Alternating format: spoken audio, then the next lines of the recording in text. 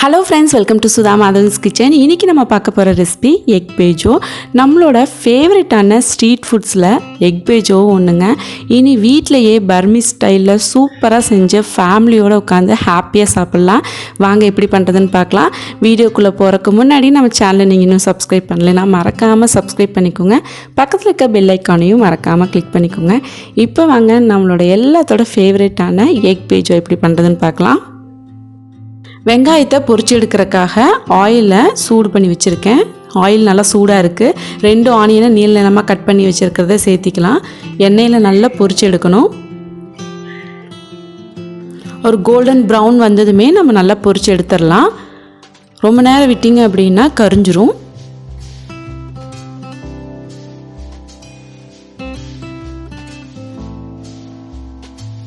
பாருங்கள், நம்மளோட ஆனியன் நல்லா கோல்டன் ப்ரௌனில் பொரிஞ்சிருச்சு. நம்ம வெளியே எடுத்துடலாம். வெளியே எடுத்ததுமே நல்லா கிறிஸ்பியாக மாறிடும். சாப்பிட்றதுக்கும் ரொம்ப டேஸ்ட்டாக இருக்கும். ஃபஸ்ட்டு ஸ்டெப்பாக ஆனியனை ஆயிலில் நல்லா பொரிச்சு எடுத்தாச்சு. அடுத்தது அதே ஆயிலில் ஒரு முழு பூண்டை நீள நீளமாக கட் பண்ணி வச்சுருக்கேன். அதை சேர்த்து நல்லா பொரிச்சு எடுத்துடலாம். நல்லா கிறிஸ்பியாக வந்ததுமே வெளியே எடுத்துடலாம். ரொம்ப நேரம் விட்டிங்க அப்படின்னா பூண்டும் கரிஞ்சிரும். பாருங்கள், ஒரு கோல்டன் ப்ரௌன் வந்துருச்சு. இனி நம்ம எடுத்துடலாம் வெளியே.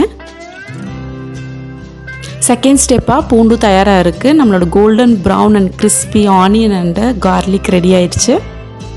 மீடியம் ஃப்ளேமில் அதே ஆயிலில் 8 வரமிளகாய் சேர்த்து லைட்டாக ஃப்ரை பண்ணி எடுத்துக்கலாம்.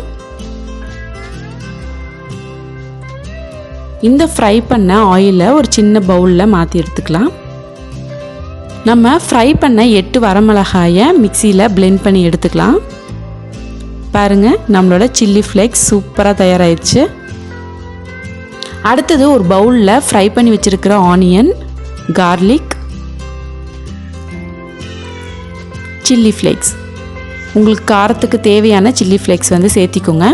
சேர்த்திட்டு நல்லா மிக்ஸ் பண்ணி ஒரு மிக்சர் மாதிரி ரெடி பண்ணிடலாம். Onion garlic chilli flakes mixer ready ஆயிடுச்சு.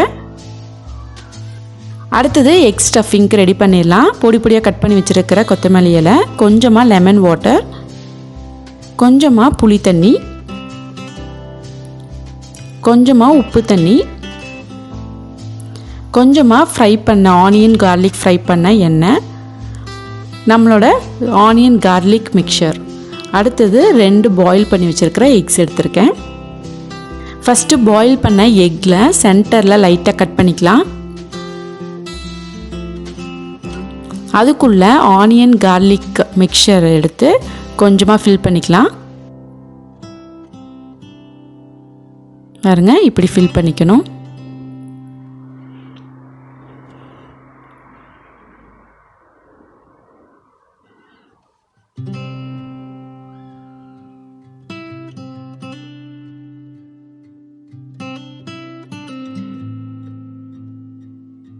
இந்த ஸ்டஃபிங்க்கு மேலே கொஞ்சமாக லெமன் வாட்டர் ஆட் பண்ணிக்கலாம். அப்புறமா கொஞ்சமாக புளி தண்ணி,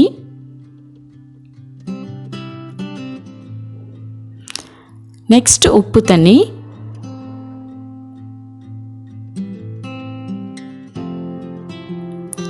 நெக்ஸ்ட் நம்ம ஃப்ரை பண்ணி வச்சிருக்கிற ஆயில் ஆட் பண்ணிக்கலாம் மேலே. லாஸ்ட்டாக பொடியாக கட் பண்ண கொத்தமல்லி இலையை சேர்த்திக்கலாம். அவ்வளோதான், நம்மளோட எக் பேஜோ ரொம்ப நல்லா தயாராகிடுச்சு. எக்கோட அந்த மசாலாவோட சேர்த்தி சாப்பிடும் போது அவ்வளோ சூப்பராக இருக்கும். ரொம்ப ஹெல்த்தியான ஸ்நாக்ஸும் கூட.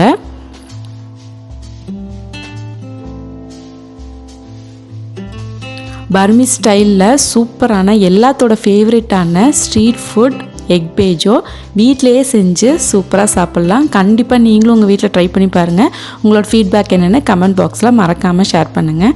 என்னோடய வீடியோ உங்களுக்கு பிடிச்சிருந்தால் லைக் பண்ணுங்கள், ஷேர் பண்ணுங்கள். ஹெல்த்தியாக சாப்பிட்டு ஹாப்பியாக இருங்க. Thank you friends.